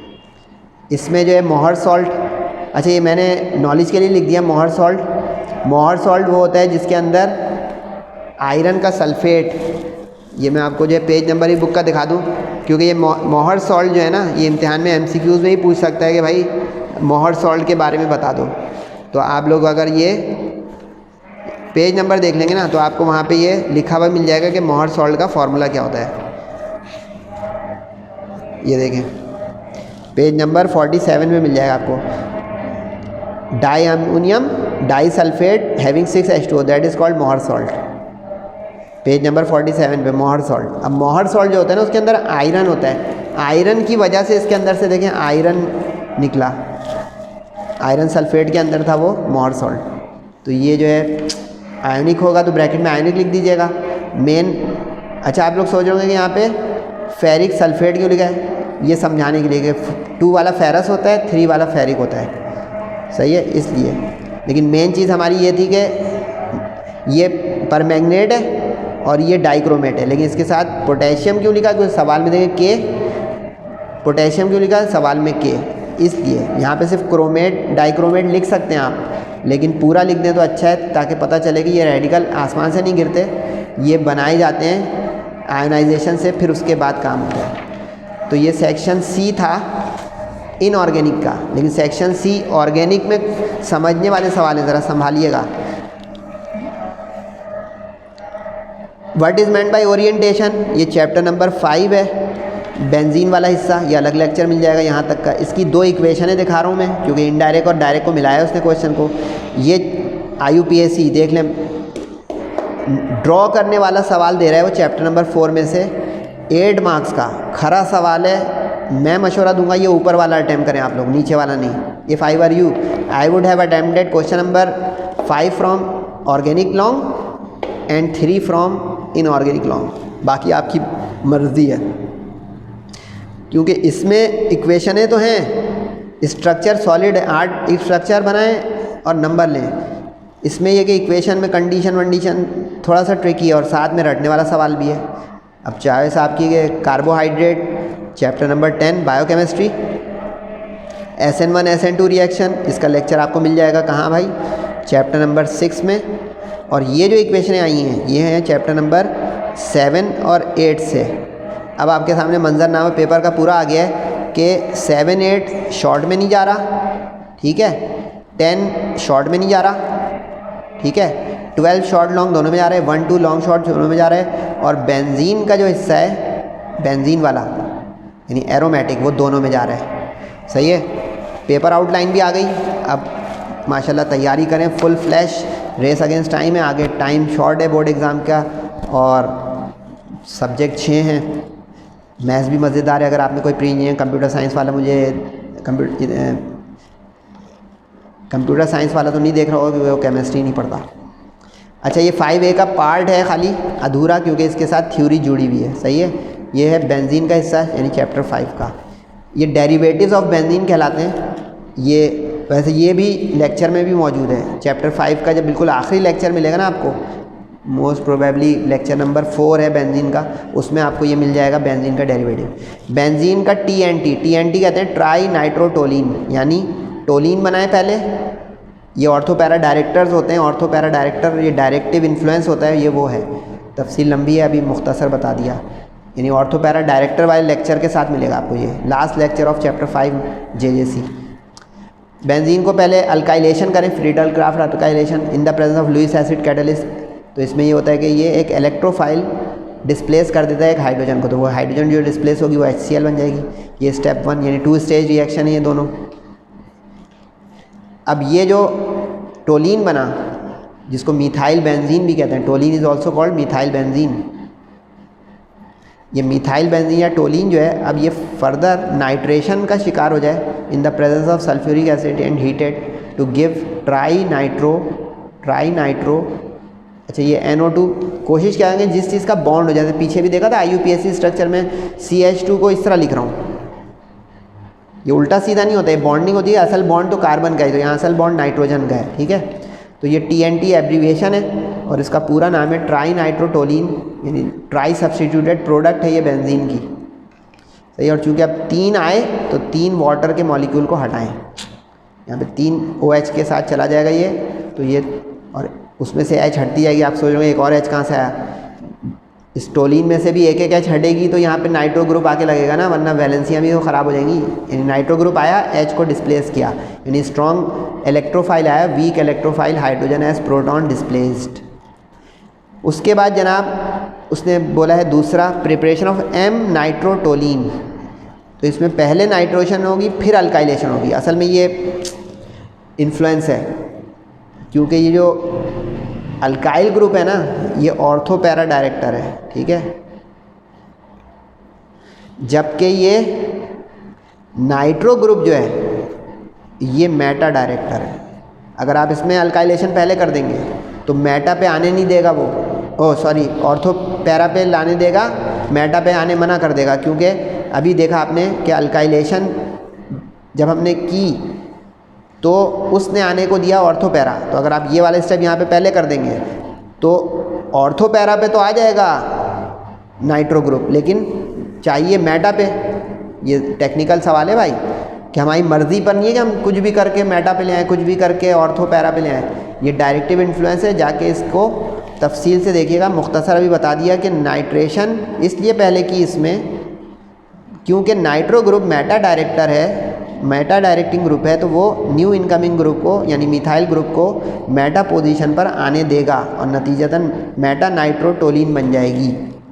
अगर हम ये यूँ कर देंगे रिवर्स तो final product Meta product can never be achieved, okay. और इसमें भी ये भी रिवर्स कर देंगे तो इसमें ऑर्थो पैरा प्रोडक्ट नहीं बन सकेगी, क्योंकि जब ट्राई नाइट्रो आएगा ना तो ये ऑर्थो पोजीशन होती है और ये पैरा, और ये जो पोजीशन होती है ये मेटा पोजीशन होती है। सही है, तफसील के लिए देख लीजिएगा लेक्चर। ये मैं कह रहा था स्ट्रक्चर वाला सवाल ये ज़रूर करें, चैप्टर 4 में इसकी एक्सरसाइजेज़ हैं उसमें से कर लें या मेरे लेक्चर्स में कर लें, आपकी मर्ज़ी। चैप्टर 4 में ये स्प्लिट है लेकिन बहुत लंबा चौड़ा है, इतने सारे फंक्शनल ग्रुप हैं, इतने सारे चीज़ें हैं, उनमें से किसका स्ट्रक्चर दे देगा 100-200 में से 8 दिए हैं उसने, 8 को देखना है। ब्यूटेनोएट ये ईस्टर है, ठीक है भाई, चैप्टर नंबर वैसे तो 4 है लेकिन मैंने इसको चैप्टर नंबर 9 के साथ पढ़ाया होगा अगर आप देखना चाहें तो। ईथर वैसे चैप्टर 4 है लेकिन मैंने इसको चैप्टर नंबर 6 के साथ पढ़ाया होगा। एसिटिलाइन ये चैप्टर नंबर 5 आ गया, अल्कीन वाला, अल्काइन वाला। क्रिसॉल ये जो क्रिसॉल्स होते हैं ना, ये अगर फिनॉल में अल्काइल ग्रुप आना शुरू हो जाए तो ये क्रिसॉल्स होते हैं ये। और पी ये ऑर्थो मेटा पैरा।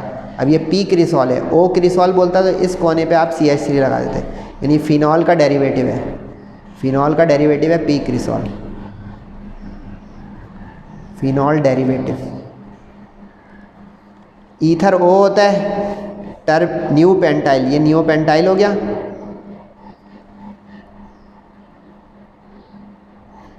सही है, इथाइल ये हो गया, तो न्यू पेंटाइल इथाइल ईथर। समझ गए, वेरी गुड, प्रैक्टिस करनी होती है, मैंने आसानी से बोल दिया। आइसोप्रोपाइल ये आइसोप्रोपाइल हो गया, ठीक है भाई। और ये 4 वाला 1 2 3 4 ये ब्यूटेनोएट हो गया। IUPAC नेमिंग में O8 आ जाता है ईस्टर्स के, ठीक है। डाईविनाइल अभी देखें विनाइल आया था आज ही के लेक्चर में, ये एक विनाइल हो गया CH2 डबल बॉन्ड CH, ये एक विनाइल हो गया, तो 2 विनाइल होकर हो गया डाईविनाइल। बोले हाँ डाईविनाइल, और बीच में C ट्रिपल बॉन्ड C है यानी एसिटाइलिन। एसिटाइलिन ईथाइन को कहते हैं, acetylene is another name for ethyne. सही है। पायरोगैलोल, अच्छा ये रिसोर्साइनॉल, पायरोगैलोल, हाइड्रोक्विनोन, ये सब जो हैं आपको एक जगह मिल जाएंगे, बुक में भी और लेक्चर में भी आप उठा सकते हैं। ये जहाँ पे आप फिनॉल्स देखेंगे ना, फिनॉल्स के साथ ये सारे मिल जाएंगे आपको, ये सारे, ये वाला भी, ये वाला भी, पूरी लिस्ट है वहाँ पे। हाइड्रोक्विनोन मिल जाएगा, पायरोगैलोल मिल जाएगा, रेसोर्साइनॉल मिल जाएगा, पीक्रिसॉल मिल जाएगा, सब मिल जाएंगे वहाँ पे। ये कम है, ये 2 आए इम्तिहान में, 4 और हैं। Beta methyl butyric acid, butyric acid. अच्छा ये अल्फ़ा बीटा क्या होता है बेटा, जिस फंक्शनल ग्रुप के साथ कार्बन लगी हो वो अल्फ़ा कार्बन होती है, जो उसके एडजेसेंट हो वो बीटा कार्बन होती है, जो उससे एडजेसेंट हो वो गैमा कार्बन होती है। तब उसने बीटा पे मिथाइल मांगा है तो देखें बीटा पे मिथाइल लग गया, ब्यूटायरिक बोला है तो ब्यूटायरिक 4 वाला हो गया। एक एसिड हो तो कॉमन नेमिंग होती है, ओइक एसिड जो हम पीछे देख रहे थे वो IUPAC नेमिंग, तो ये एक एसिड इसका कॉमन नेम हो गया। सही है। और बीटा अगर अल्फ़ा मिथाइल मांगता तो इस पे लग जाता, ठीक। इथाइल मांगता तो यहाँ पे C2H5 लग जाता, ठीक। चेंज भी बता रहा हूँ कि पॉसिबल है, ये ज़रूरी थोड़ी है, मॉडल पेपर हल हो रहा है, बोर्ड का पेपर थोड़ी हल हो रहा है। बेंज अमाइड, बेंजीन में अगर अभी हुआ था ना अमाइड कि CO के साथ अगर NH2 आ जाए तो वो अमाइड होता है। अब बेंजीन रिंग के साथ बेंज अमाइड होता है।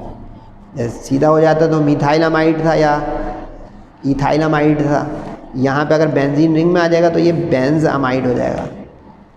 बेंजीन डाइओइक एसिड, अब बेंजीन तो पता है रिंग बना दें, डाइओइक का मतलब 2 मरतबा COOH लगाने, लेकिन 1,4 पे मांग रहा है तो इसमें 1,4 होगा साइक्लिक 1 2 3 4।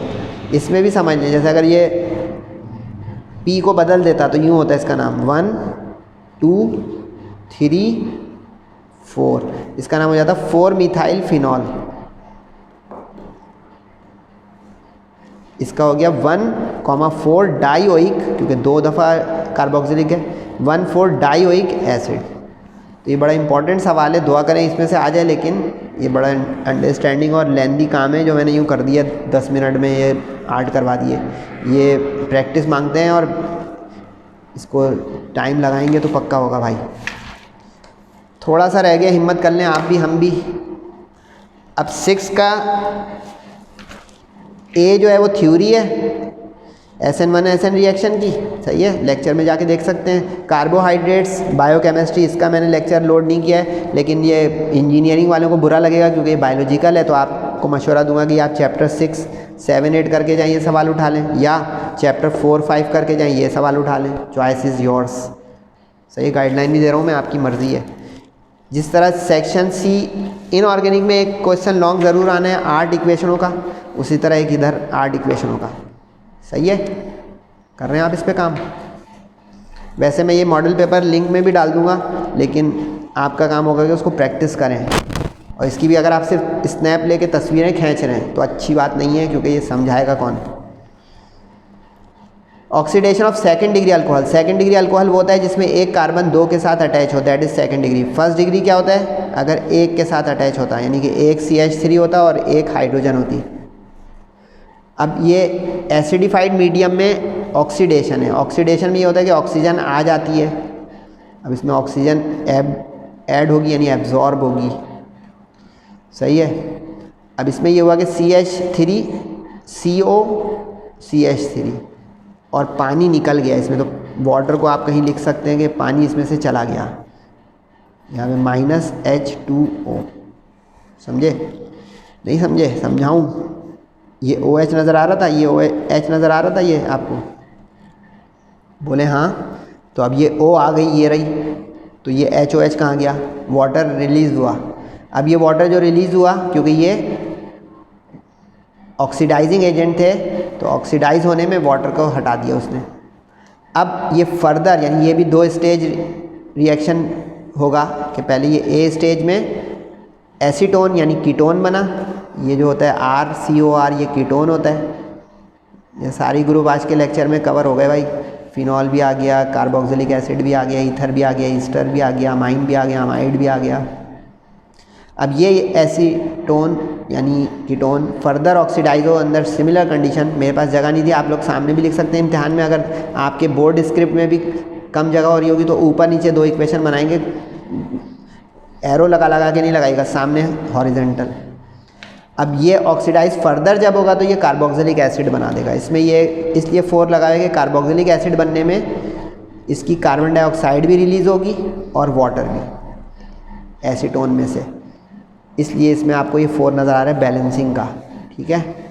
फिनॉल को सल्फोनेशन करें, तो अब जो सल्फोनिक ग्रुप है, सल्फोनिक ग्रुप ये होता है H और SO3H, ये H2SO4 हो गया, H के साथ एक O भी आएगा, HOSO3H, ठीक है। अब इसमें से ये जो SO3H ग्रुप है ना, ये सल्फोनिक ग्रुप कहलाता है। ये सल्फोनिक ग्रुप इस पे आए, लेकिन ये कौन सा डायरेक्टर है बोले, ऑर्थो पैरा डायरेक्टर है। ऑर्थो पोजीशन पे लाइएगा, कहीं और मत जाइएगा। ऑर्थो डायरेक्टर बन के ये आया, क्योंकि ये देखें OH जो है ना, ये फिनॉल का, ये ऑर्थो डायरेक्टिंग ग्रुप है। पैरा पे भी लगा सकते हैं, लेकिन बेहतर होगा कि जब एक लगाना हो तो ऑर्थो पोजीशन पे लगाएं। तो ऑर्थो पोजीशन पे लगा दिया आपने सल्फोनिक ग्रुप, तो इसमें अब क्या बच रहा है OH, तो वहाँ का एक H डिस्प्लेस होगा क्योंकि इलेक्ट्रोफिलिक सब्सटीट्यूशन हैं। एक OH ने H को सब्सटीट्यूट करवा दिया HO2O, सही है। तो ये बन गया 2 hydroxy benzene sulphonic acid, 2 hydroxy benzene, क्योंकि जब ये SO3H आ जाएगा ना तो ये 1 हो जाएगा, तो अब ये 2 हो गया, तो ये 2 हाइड्रोक्सी, इसलिए लग रहा होगा कि उल्टा लिखा हुआ है, सीधा लिखा हुआ है, क्योंकि बड़ा ग्रुप जो हो जाता है वो 1 बन जाता है। जैसे अभी पी क्रोसॉल याद है, उसमें OH वाला 1 होगा, CH3 वाले को 1 मत ले लीजिएगा, वो CH ग्रुप छोटा है OH से, इसमें प्रायोरिटी देखनी होती है, IUPAC सिस्टम है।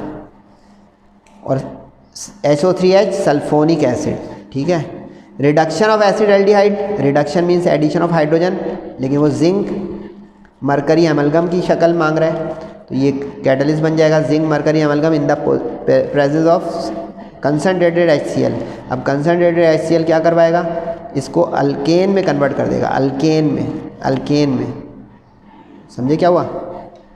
इसमें ये ऑक्सीजन जो है ना, ऑक्सीजन ये वाटर बनकर निकल जाए और ये H इसमें आ जाए, दैट इज़ कॉल्ड रिडक्शन। तो देखिए CH3 ये वाला अपनी जगह है, इसमें H ने आपकी अपनी जो जगह बनाई, इसलिए अब पता चला 4 क्यों लिखा है, 3 H इसमें जगह बनाएंगे तो 1 H वाटर के बन के निकल जाएगा, क्योंकि 1 H यहाँ से और 1 H यहाँ से बचा ना, यहाँ में समझे 3+1 है, तो ये 1 H इस H के साथ वाटर बन के चला गया और 3 H आकर इथेन बन गए, अल्केन बन गया, अल्केन की फॉर्मेशन है ये। वैसे ये सारा आपको चैप्टर नंबर अल्कोहल फिनॉल वाला चैप्टर नंबर 7 में, एल्डिहाइड वाला और कीटोन वाला चैप्टर नंबर 8 में, चैप्टर नंबर 7 और 8 के ये क्वेश्चन आएगा, इक्वेशन वाला तैयार कीजिएगा 7 8 को, चैप्टर नंबर 7 एंड 8, सही है। ये बड़ा ख़तरनाक रिएक्शन है, इसको याद करना पड़ेगा आप लोगों को। टॉलेंस रिएजेंट, ये सिल्वर टेस्ट कहलाता है, ये डिस्टिंग्विश करता है एल्डिहाइड को कीटोन से। Ketone does not react with या does not mix with Tollens reagent, Tollens reagent fail हो जाता है टेस्ट में कीटोन के साथ, एल्डिहाइड में पास हो जाता है, इसको सिल्वर टेस्ट कहते हैं। ये सिल्वर टेस्ट डिस्टिंग्विशिंग टेस्ट भी है, इम्तिहान में डिस्टिंग्विशिंग टेस्ट उसने दिया नहीं है, लेकिन वो दे सकता है। हमारे बुक में बहुत सारी जगहों पे टेस्ट हैं, डिस्टिंग्विशिंग केमिकल टेस्ट। अब फॉर्मएल्डिहाइड के साथ ये डिस्टिंग्विश करेगा। अच्छा, उसने बोला था एन एल्डिहाइड, हमें पता होना चाहिए कि फॉर्मएल्डिहाइड को ये करेगा ट्रीट टॉलरेंस रिएजेंट, क्योंकि आप इसमें कुछ बच्चे कहें कोई सा भी ले सकते हैं, लेकिन सबसे easiest and most reactive aldehyde is the formaldehyde. इस अमोनिकल सिल्वर नाइट्रेट को कहा जाता है अमोनिकल सिल्वर नाइट्रेट। अच्छा, आप लोग सोचोगे इसमें नाइट्रेट तो नज़र नहीं आ रहा है, तो इसकी प्रिपरेशन एक लंबा प्रोसेस है। पहले वो जो है प्रेसिपिटेट्स बनते हैं, फिर उसको कॉम्प्लेक्स में कन्वर्ट किया जाता है, तब जाके ये बनता है। वरना उसमें नाइट्रेट आप सोचोगे कि यहाँ पे NO3 नहीं लिखा हुआ है, तो उसकी रिप्लेसमेंट हो जाती है, तो वो फाइनल प्रोडक्ट जो है उसका नाम नहीं लिखेंगे, जिससे बना है, जिसकी मिक्सिंग से वो लिखेंगे। तो इसमें वार्म या हीट भी लिख सकते हैं, यहाँ पे मर्ज़ी है, बिल्कुल खौलता हुआ गर्म ना हो, लेकिन नीम गर्म हो। अब इसमें ये कॉम्प्लेक्स है, चैप्टर नंबर 2 में ये कॉम्प्लेक्स है, जैसे di amine silver hydroxide silver 1, chapter 2 के भी प्रैक्टिस कर सकते हैं इसको, कॉम्प्लेक्स में चैप्टर 2 के साथ करें प्रैक्टिस।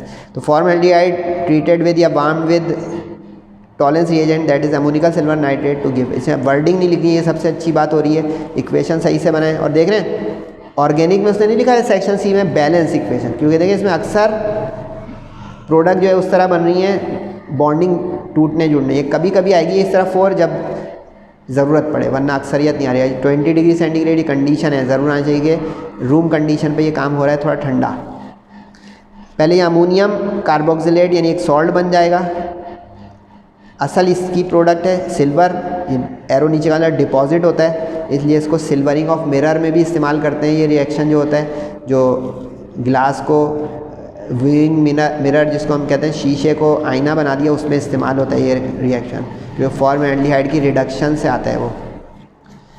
ये एंडिंग होने जा रही है बच्चों, hope you are taking advantage of JJC। WhatsApp number दे दूँ क्या, बोलिए? फिर भी दिया हुआ है बहुत सारे लोगों को, उस पर कभी राब्ता भी करा करें, मैं देता रहता हूँ, आप लोग राब्ता ही नहीं करते। JJC का है भाई ये ऑफिशियल, उम्मीद है कि आप लोग फ़ायदा उठा लेंगे इससे, इस व्हाट्सएप से नहीं, JJC से। 4 इक्वेशन रहेंगे, उसके बाद अल्लाह हाफिज़, tata bye bye. Dehydration of alcohol, ये तो चैप्टर बहुत आसान था अल्कोहल वाला। अल्कोहल की डिहाइड्रेशन का मतलब है कि इसमें से पानी निकल जाए, तो इसका तरीका ये होगा कि इसमें से एक H को हटाएं और एक OH को, तो एक H यहाँ से और एक OH जाएगी तो वैकेंसी पैदा होगी और वहाँ पे बन जाएगा आपका डबल बॉन्ड। तो ये इथीन की फॉर्मेशन भी है। ये चैप्टर 5 में भी इक्वेशन मिल जाएगी, लेकिन यहाँ पे चैप्टर 7 सोच के करें क्योंकि अल्कोहल का रिएक्शन है। Dehydration means removal of water, लेकिन इसके लिए कंसनट्रेटेड सल्फ्यूरिक एसिड और हीट होना चाहिए क्योंकि ये डिहाइड्रेटिंग एजेंट है बहुत अच्छा। Sulphuric acid is a good dehydrating agent. Chapter 1 sorry जाके देख लीजिएगा, उसमें सल्फ्यूरिक एसिड की प्रॉपर्टीज़ भी हैं। Ethylene glycol, glycols are the diols, glycols are the diols, chapter number बोले 7। डायोल वो होता है जिसमें पड़ोस पड़ोस में 2 OH आ जाए, वरना अल्कोहल होता है अगर एक OH हो तो, लेकिन इसमें डायोल लिखा हुआ है कि 2 पे OH आ गया। अब इसमें ये होता है कि पर आयोडिक एसिड के साथ अगर रिएक्शन कर देंगे तो ये फॉर्मल्डिहाइड की सीरीज़ बना देगा, यानी 2 मॉलिक्यूल जाएंगे। पता चला कैसे हुआ ये ऐसे हुआ कि ये 2 OH जो थे ना ये अलग हो गए, स्प्लिट हो गए, क्योंकि एसिड ने अपना एक्शन किया। ख़ुद तो हाइड्रोजन आयोडेट में कन्वर्ट हो गया क्योंकि देखें इसके ऑक्सीडेशन कम हो गई, O4 से O3 हो गई, और जो H हटा वो वाटर बन गया। तो ये रिएक्शन बड़ा इंपॉर्टेंट है। काफ़ी स्टूडेंट्स हो जाएंगे सर टू लिख दें हम, क्यों एक ही चीज़ 2 बार लिखी है। नो, अंदाज़ा होगा कि ये क्लीवेज है, क्लीवेज ऑफ डायोल्स, क्योंकि डायोल क्लीवेज का शिकार हो गया तभी इसमें 2 अलग मॉलिक्यूल बने, वरना इस तरह लिख देंगे तो इसका मतलब है कि कम एक्सेस में बन गई है एक ही चीज़, ये 2 अलग मॉलिक्यूल हैं। इसकी हेडिंग भी है, अगर आप लोग जाके देखेंगे तो क्लीवेज ऑफ डायोल्स, 1,2 डायोल्स, ये 1,2 डायोल्स होते हैं, 1,2 इथेन डायोल। ग्लाइकोल इसका जो है कॉमन नेम होता है और इथेन डायोल इसका IUPAC होता है। एसिडिक एसिड के साथ lithium aluminium hydride, lithium alumino hydride, ये इसका हाइड्राइड के साथ रिडक्शन है, ये रिडक्शन है रिड्यूसिंग एजेंट है, ये रिड्यूस कर देगा। आपके सामने मंजर रिड्यूस हो गए, मतलब है कि खुद हाइड्रोजन उसमें से जाएगी और बोले वाटर को निकाल देगी अपने साथ। देखें HOH ये रहा और बाकी जो H बचे उसने अपनी जगह बना के उसमें अल्कोहल बना दिया, तो ये कहलाती है reduction in which hydrogen is being added. लेकिन ये कंडीशन जो आती है ना, ये इसका मतलब ये वो रिड्यूसिंग एजेंट हैं, ये कंडीशन आ गई, इसका मतलब ये डिहाइड्रेटिंग एजेंट है, एज द केस में बी। PCC ये आपने सुना होगा, ये भी एक बहुत अच्छा रिएजेंट है। क्लोरोक्रोमेट, ये चैप्टर नंबर बोले 7 का है। क्लोरोक्रोमेट कहते हैं इसको। ऑक्सीडेशन का मतलब है ऑक्सीजन उसमें शामिल हो जाए, तो अब ऑक्सीजन शामिल होगी अगर, बड़े सिंपल सा रिएक्शन है। तो क्या होगा बोले HOH वहाँ से निकल जाएगी, वाटर रिमूव, सिंपल। तो ये ऑर्गेनिक में ये होता है कि आप इक्वेशंस को बॉन्ड फॉर्मेशन और क्लीवेज के थ्रू करें ताकि आपको फ़ायदा हो। सही, होप यू अंडरस्टैंड। थोड़ा हेक्टिक लेक्चर था लेकिन ये बड़ा काम का था। MCQs इंशाल्लाह मैं अलग से आपको 15-20 मिनट की एक वीडियो डिलीवर करके करा दूँगा। फीडबैक ज़रूर दीजिएगा, दुआओं की दरख्वास्त है, और अपना और सबका बहुत ख्याल रखिएगा। रोज़े और नेकियां और इबादत करते रहें। अस्सलामु अलैकुम।